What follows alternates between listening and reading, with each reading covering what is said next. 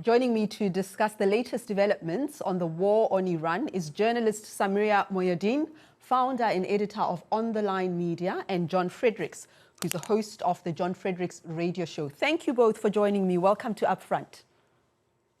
Thank you, Redi. Thank you very much. Let me start with you, Samira. As of the recording of this show, President Donald Trump has unilaterally and indefinitely extended the ceasefire with Iran. But at the same time, the Strait of Hormuz remains closed. What comes next?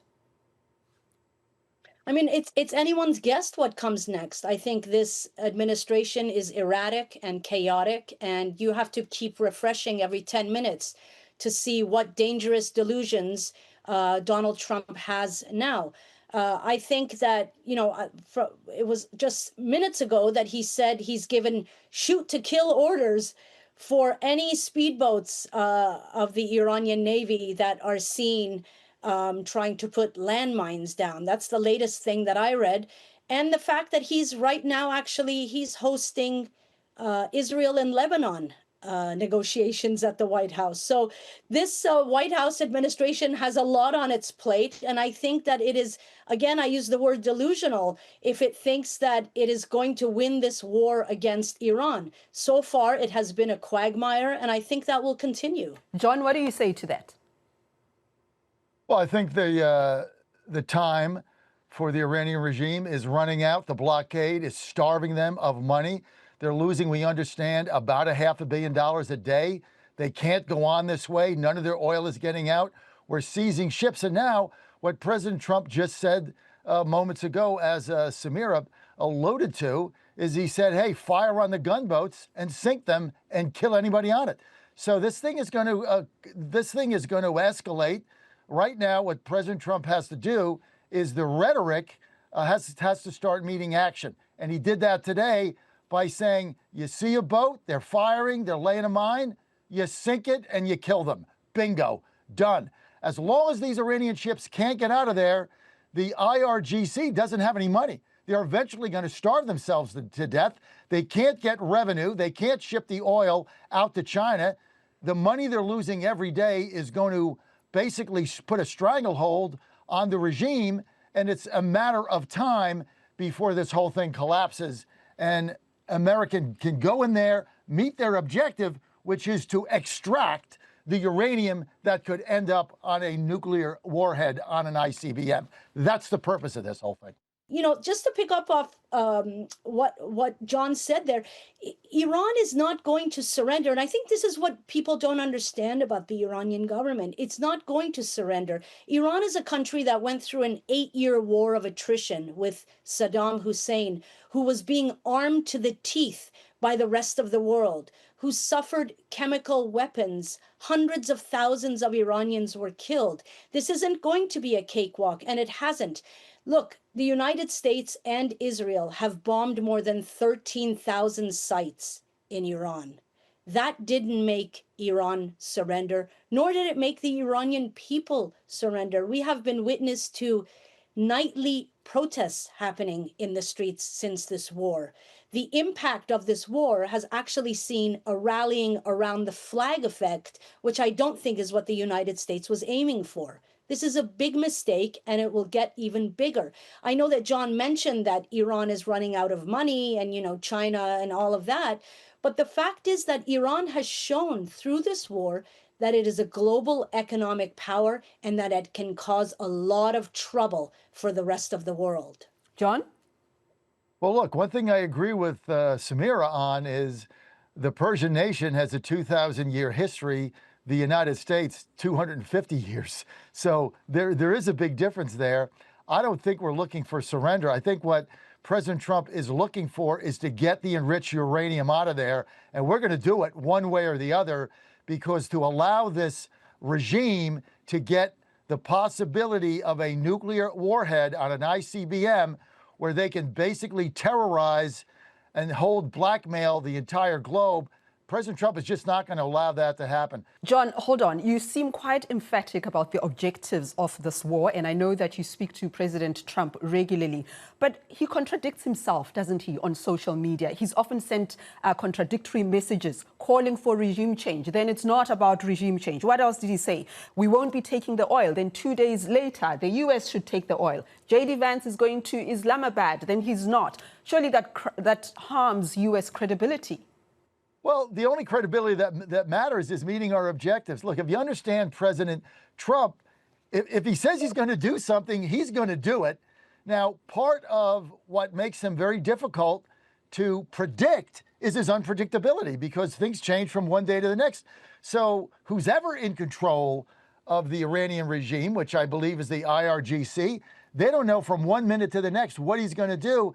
That confusion leads to a better opportunity for the U.S. to meet its objective. Look, patience, the American people here, they're going to need patience. This is not going to be 3 days, 2 weeks, a month. We're going to need patience. And there is comfort in the uncertainty. You have to be able to gain comfort in uncertainty. The American people, the fake news media, the left-wing media, they all are rooting for the Iranians to win. I mean, I've never seen... We're in a country where half our country is hoping that the Iranians win and we lose so the Democrats can win. That's the environment that we deal with here. But when you get inside the administration, they don't pay attention to that noise. And I think President Trump, what he said today, you see a speedboat, sink it, kill them. End of story. Shoot to kill. That's what's coming next.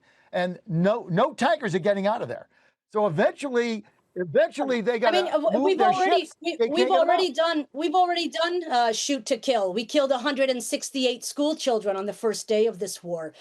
These types of bellicose statements, you know, if John has a window into Trump's mind, maybe there is some method to Trump's madness, but I just don't see it. All I see is an administration that is a white Christian nationalist administration that has a drunkard named Pete Hegseth at its helm, that makes, you know, proliferations about religiosity and God and the military. And this is a very dangerous, dangerous path that we are down. If you want to talk about facts and truth, the fact is that Rafael Grossi, the head of the International Atomic Energy Agency, in June of 2025, when the first time America bombed Iran with two 30,000-pound bombs, where Trump used the word obliterated, I'm quoting him, he said, we've obliterated their nuclear capabilities. And now we're supposed to believe just 6 months later that those nuclear capabilities have ramped up again. This is a total fallacy. This war was launched under the auspices of a lie, and it continues to be fought under the auspices of a lie. Iran was a threat to no one. The point of this war is to decimate Iran's domestic capabilities. Why else would you bomb petrochemical plants, civilian infrastructures, bridges, steel plants, manufacturers, schools, public health centers, universities? What is the point of that? Is that to get rid of the government? Is that to hurt the IRGC? No, that hurts the 17th largest country in the world that is the size of Western Europe. What Israel and America want is a servile client state like they have in Syria and Lebanon. Iran just won't allow it, and that is the problem. Okay, so let me ask you this, John. You are quite positive about the outcomes, as you've been saying, but the reality is that Iran effectively controls the Strait of Hormuz, which impacts global supply chains and oil. At the same time, the U.S., we've spoken about it, has imposed this blockade on Iran's ports and is planning further economic sanctions. But so there's a standoff here, right? There's a standoff. Who really holds the cards, the U.S. or Iran? It's not a clear victory for the United States under the circumstances. Well, you know, Samir, there you go again, right? We're trying to debate the facts, and you're calling our Department of War Secretary a drunkard, and you're calling us a white Christian nation. Yeah, we are Christian. I'm a Catholic. Yeah, that's fine. I'm a Christian. You got me on that. You're a Catholic, and you're no doubt okay about with it. Trump? You got me there. Look, Look, you got me on the Christian thing. I do believe in our Lord and Savior, Jesus Christ. So you got me on that. But look, here's the bottom line.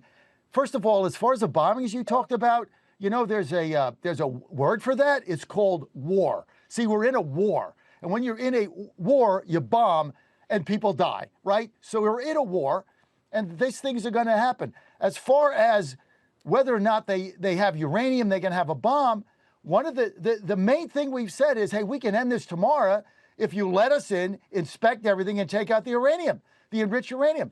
And they refused to do that. Obviously, they were working on a nuclear bomb. That's why they won't give it up. Otherwise, this thing would already been over. As far as the Straits of Hormuz, look, they don't hold a single card here. As soon as we go in there and we take these islands, that thing's done. We're going to run the straits. It's over, right? So, and as far as a client state, nobody's talking about that. We don't want the IRGC to have access to a nuclear bomb so that they can threaten the globe and do blackmail or annihilate Paris. I mean, that's what they're going to do. So we can't allow that. And if they didn't have it, they let us in and take out what they don't have. So your argument doesn't make any sense. Okay, so Samira, I know you want to respond to that, but I must ask you this. 3 ships were reportedly attacked in the past week by Iran in the Strait of Hormuz. And this is after the U.S. extended the ceasefire. An advisor to Iran's main negotiator said on X, and I quote, "Trump's ceasefire extension means nothing, and that the continuation of the siege is no different from bombardment and must be met with a military response." It does seem as if Iran is no longer interested in talking. Look, Iran, let's back up a bit here, because Iran was negotiating and they were bombed during those negotiations. That happened in June, and it happened in February, and then again it happened in March. People seem to have a little bit of amnesia about this. It is the United States here that is not the good faith actor, the 2 real estate agents that are negotiating one of the biggest deals that apparently encompasses the entire world, including Paris. This is the clown show that we're dealing with here. Israel and the United States here are not good faith actors or negotiators.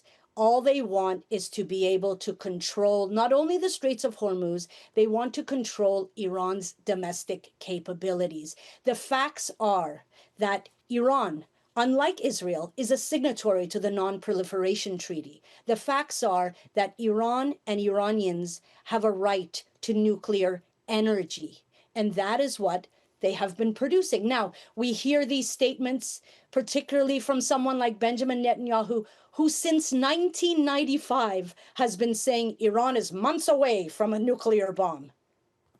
We've been doing this for 20 years. When are we going to stop this pretending?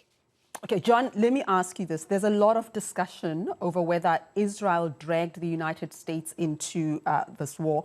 I want to just make reference to what the former Secretary of State and somebody who was central to the Iran deal that was negotiated during the Obama era, John Kerry. He recently said that Israeli Prime Minister Benjamin Netanyahu has been lobbying the United States to go to war with Iran. And he said, I quote, "President Obama refused, President Joe Biden refused, President George W. Bush refused. The only president who agreed to this, obviously, is President Trump." So what are your thoughts? Former presidents refused to go to war, and this one didn't. First of all, nobody cares what John Kerry says. The JCPOA is completely discredited. It did nothing. Benjamin Netanyahu did not talk President Trump into doing anything. Remember, we had President Trump 1.0. He was equally as able to talk to Netanyahu, and he didn't talk him into anything. So nobody's telling Trump what to do here. He's got his own advisors telling him what is going on. He doesn't want the IRGC and the Iranian regime, the murderous regime, and that's what they are. They're a murderous regime. They've murdered hundreds of thousands of their own people. Look, that's their business. You guys want to stand around while they're hanging well, that a number wrestler just keeps going up. Square, hit the millions and they're next machine week. gunning down your protesters. Hundreds of thousands. If you guys want to tolerate that, Not my business. I'm not here asking for regime change. I could care less who runs Iran. You already had regime change, according to Trump. You already had it. I care about them not having a bomb. That's it. Obviously, they were working on it close enough, so the cost of that is incalculable. So President Trump made this decision. So obviously, this decision wasn't made in a day. It was not to placate another prime minister of another country. President said, 50 years of this is enough. I'm going to end it. And that's what he's going to do. Samira, last thoughts. Look, as I come back to this, what we're all subject to. This is an administration that is unhinged, erratic, and chaotic, and it's bringing the rest of the world into its dirty little fold. You talked about President Trump 1.0. We didn't have Hexith during 1.0. This is an unhinged Department of War, as it's now called. And the fact is that since February, we've seen 4 military commanders fired in the U.S. administration. And that speaks volumes about what is going on right now. John? I mean, now you're going to run our War Department, Samira. I mean, I really like being on with you. I'm not trying to run the War Department. I'm just speaking facts. I mean, you want to decide what military commanders we have in from a foreign land. It's never happened. Look, I like it's never happened like this, ever. And that's because there are people who know this is a mistake. Your favorite word. It's a massive mistake. Your favorite word is unhinged. Is your favorite word? Let me tell you what's unhinged. When the Iranian government is murdering tens and tens of thousands of their own people. I thought it was hundreds of thousands. Is it now tens? The public square. I don't care. How do you get more unhinged than that? I mean, these are crazy people running this country. They're all crazy. And so we don't want them to get a bomb, and they're not going to get one under this president's watch. And there's certainly not going to be billions of dollars being flown in there on pallets so they can then fund the Houthis and their other terrorists. They were nowhere near a bomb. They were nowhere near a bomb.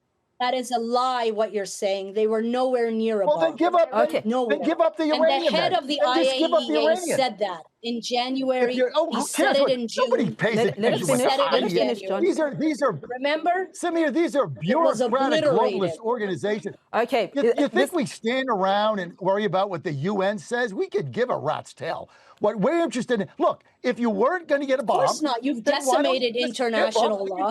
You don't care about anything. We'll leave it there. You don't care about anything. You want the oil, you want everything, and that's it. You kill, and you will kill whomever and whatever stands in your way. That is who you are. That is who you have always been.